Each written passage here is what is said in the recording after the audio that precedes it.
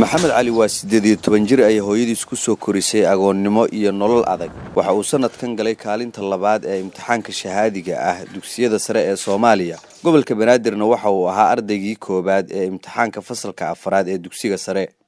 maxamed oo telefishinka qaranka ugu waramayay isagoo xaafadiisa jooga ayaa sheegay in guushaasi ay ugu suurto gashay ducada waalidkiis iyo in uusan waqtiga iskaga soo lumin waxyaabaha ragaadiya dhalinteena ee uu ka midka yahay isticmaalka badan ee mobilka ilaahay naxariista abi mar hore dhintay halaan waxa soo garab qabanaysa hooyaday macaan hooyaday waa u mahad celinaya ilaahay jannada uu bishaareeya waxa uu fiican oo loo duceeyay meeshas ilaahay uu dhigo abaalkeedana ma gudi kari wallahi markii iskoolka ay xiran yahay baad doorada amal waa iska nastaa badana wax badan oo la qabanayo ma balhaanba gelin brevet ay dhiganay iyo gelin wax iska aqrisanay leeyahay badanaan ani dadka macnaha mobilkeesta iyo mobilada ku mashquulan ma ahayn marmar le qad ina dadka kacsada mobilkii asaasan u isticmaali jirin waya maxamed kaalinta labaad ayaad ka gashay imtixaanaadka dugsiyada sare ee shahaadiga guud ahaan Soomaaliya sanadkan sidee bay kuugu suurta gashay baad is leedahay arintaas wallahi dadaal dheer kadib waa maanta miriis waa ka miri dhaliyay iyo ducooyin iyo duco badan oo waalidkayga iyo waxyaabo badan aan sameyn jiray oo dadaal aqrin iyo inta kale oo dadkii dhiirigelin jiray niyo waa mar waa gaari guushada mirahaagana waa ka madhalin doontaa niyo horu soco han is dhiibin waan rajeynaa in aan meeshan amal soo gaarayo waxaan u mahad celinayaa ilaahay subxaana qadirka oo heerkan isoo gaarsiiyay maanta kaliya waxbarashada maadiga ah kuma fiicna maxamed sidoo kale waa xaafid qaybay ilaa 6 jeer 114 cadadka quraanka waxayna hooyadiis sheegtay in dhowr ramadaan oo uu quraanka ku tartamay uu noqday ardaygii koobaad marar badan waa soo muuqatay tartanka soonka ramadaanka bisha barkeysan mar badan waa ku soo guuleystay waxyaabo badan hadiidii waxaasna waa soo qaatay in badan alaasan ilaahay codkaaga bal qiraa'ada quraanka adoo ku aqrinaya cod macaan bal hal mar أعوذ بالله من الشيطان الرجيم بسم الله الرحمن الرحيم قل هو الله أحد الله الصمد لم يلد ولم يولد ولم يكن له كفوا أحد waalidiinta carruurtooda ku korinaya duruufaha adag ayaa ku kala duwan barbaarintoodaas kuwa ayaa ka fikira caloosha ilmahooda oo kaliya inay buuxiyaan oo waxbarashada ka gaabiya kuwana waxa ay ku fakaraan inay maskaxda ka dhisaan ubadkooda si aysan mustaqbalka u noqon jaahiliin yaraantoodiina soo rafaaday oo bishaaro daahir oo ah maxamed hooyadii waxaan ku booqanay meheradeeda shaaha oo ku taala degmada Dharkeenley inta ugu badan dadka guuleysta sida dhaqaatiirta madaxda iyo dadka kale ee adduunka caanka ah waxa la sheegaa in educational background-kooda ama taariikhdoodii waxbarasho iyo midii nololeedba ay ahayd mid aad u qalafsan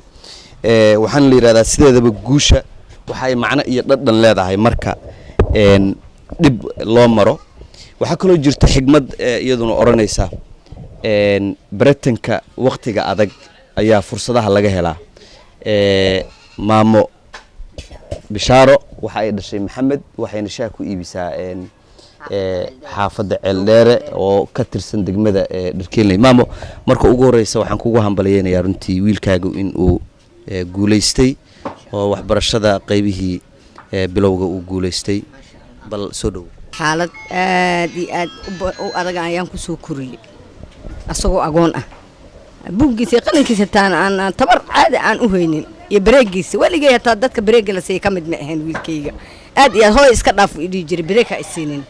buugayga qalinkayga iyo waxbarashadayda aad la dhacaysaa la daala dhacaysaa alxamdulillah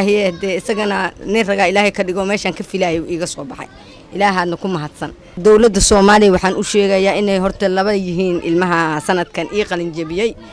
maxamed iyo qamar yihiin laakiin waxaan ka codsanayaa dawladda Soomaaliya iyo gobolka Banaadir oo dhan inay wiilkayga kaalintiisa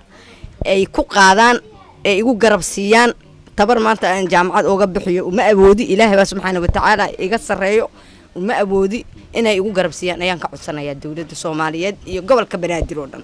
maxamed cali iskuulka uu dhameeyay waxa uu ku yaalaa meel aan xaafadooda ka fogeyn waxaana lagu magacaabaa Assalaama inta aan diyaarinaynay warbixintan waxa uu ka mid ahaa meelihii aan booqanay waxaanan kula kulannay ustaad xuseen maxamed cabdulaahi oo ah maamulaha iskuulkaasi. maxamed cali cabdiraxmaan maxamed runtii waxaan filayaa ardaygaasi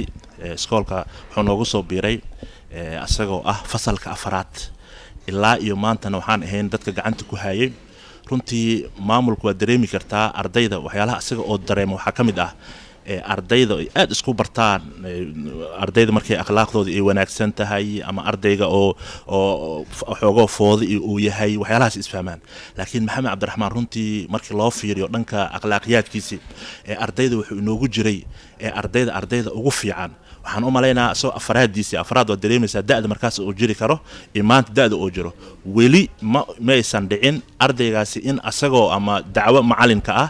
ama arday ishaystaan ama un wax ka duwan la sheegayo. waxaa kuu soo har xagga waxbarashada kaalimihiisii wuxuu ku jiray ardayda oo runtii aan ku tashano oo dadaalkana badan oo runtii maxaa la asaga ii sheeg oo agteena ka leh qiimaha kale ayuu ka mid ahaa. marka darajooyinkiisina aan hadda hayno u xaraysanna waa darajooyin aad u fiican oo hay ah.